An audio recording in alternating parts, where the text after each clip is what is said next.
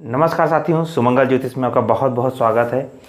सुमंगल ज्योतिष की इस एपिसोड में हम सनातन ब्राह्मण समाज के विषय में थोड़ा परिचय जानेंगे और इनके विषय में थोड़ी ज़्यादा विस्तृत जानकारी प्राप्त करेंगे।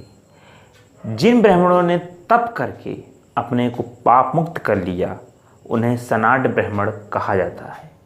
इनकी उत्पत्ति आदि गौर ब्राह्मणों से ही मानी जाती रही है। सनातन ब्राह्मणों को कानकुब्ज ब्राह्मणों का ही भाग माना जाता है। कहा जाता है ये इनके चौथे भाग हैं। ये पंच गौर ब्राह्मणों के अंतर्गत ही आते हैं। माना जाता है कि रावण वध के उपरांत भगवान श्री राम ने ब्राह्मण हत्या के पाप से मुक्ति पाने के लिए यज्ञ किया और ब्राह्मणों को सादर आमंत्रित किया। लगभग 1001 ब्राह्मण आमंत्रित हुए और कुछ अन्य ब्राह्मणों ने दान लेने के लिए मना किया और कुछ ने दान प्राप्त भी किया। जिन्होंने दान प्राप्त कर लिया वो 251 ब्राह्मण कानकुब्ज ब्राह्मण कहलाए और 10.5 गांवों को दान में प्राप्त किया और करीब 750 ब्राह्मणों ने 750 अन्य गांव दान में प्राप्त किए जो कि मिले जुले ब्राह्मण थे, ऐसा माना जाता है। ऐसा शास्त्रों में कहीं कहीं वर्णित है। इस प्रकार भगवान राम ने 750 गांवों को सनातन ब्राह्मणों को जिनको दान किए थे उन्हें सनातन ब्राह्मण की उपाधि प्रदान की और गंगा यमुना के विस्तार क्षेत्र में इनका निवास स्थान बनाया। अयोध्या के दक्षिण में 10.5 गांवों में कानकुब्ज ब्राह्मणों का निवास माना जाता रहा है। मुख्य स्थान इनका निवास का यही है। उसके उपरांत ये पूरे भारतवर्ष में जगह जगह फैल गए हैं। अब जब सनातन ब्राह्मणों की बात मैं कर ही रहा हूँ तो उनके विस्तार क्षेत्र के विषय में भी बात कर लेता हूँ।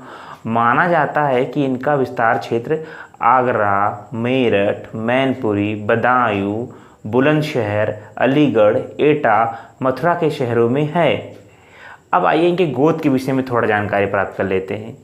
इनके 10 गोत्र हैं: उपमन्यु, वशिष्ठ, पराशर, अगस्त्य, वत्स, शांडिल्य, भारद्वाज, कृष्णात्रेय, च्यवन और कश्यप। च्यवन ऋषि का उल्लेख तो आपने सुना ही होगा। च्यवन ऋषि रामायण में इनका उल्लेख मिलता है कि जब लबड़ासुर नाम के राक्षस को मारना था, उसका वध करना था, तो च्यवन ऋषि ही भगवान श्री राम के दरबार में उपस्थित हुए थे और इन्होंने बताया था कि कोई भी राजा इनकी सहायता के लिए तैयार नहीं है। तब भगवान श्री राम ने शत्रुघ्न को उनकी सहायता के लिए भेजा था और लबड़ासुर का वध कराया था। आप सभी ने रामायण में देखा होगा कि उसके पास एक शंकर भगवान का दिया हुआ त्रिशूल था। सनातन ब्राह्मणों की उपाधियां भी हैं। इनमें ढेर सारी उपाधियां यह हैं जो ब्राह्मणों में अत्यधिक पाई जाती हैं। जैसे उपाध्याय हुए, चौबे हुए, जोशी हुए, त्रिवेदी हुए, दीक्षित हुए, त्रिपाठी हुए, दुबे हुए, पचौरी हुए, पांड्या हुए, पुरोहित हुए, मिश्र हुए, शंखधारा माने जाते हैं। तो इस प्रकार से सनातन ब्राह्मणों के बारे में मैंने आपको थोड़ी जानकारी दी है और संक्षिप्त जानकारी ये है। वैसे तो विस्तार बहुत बड़ा है और विषय भी बहुत विस्तृत है।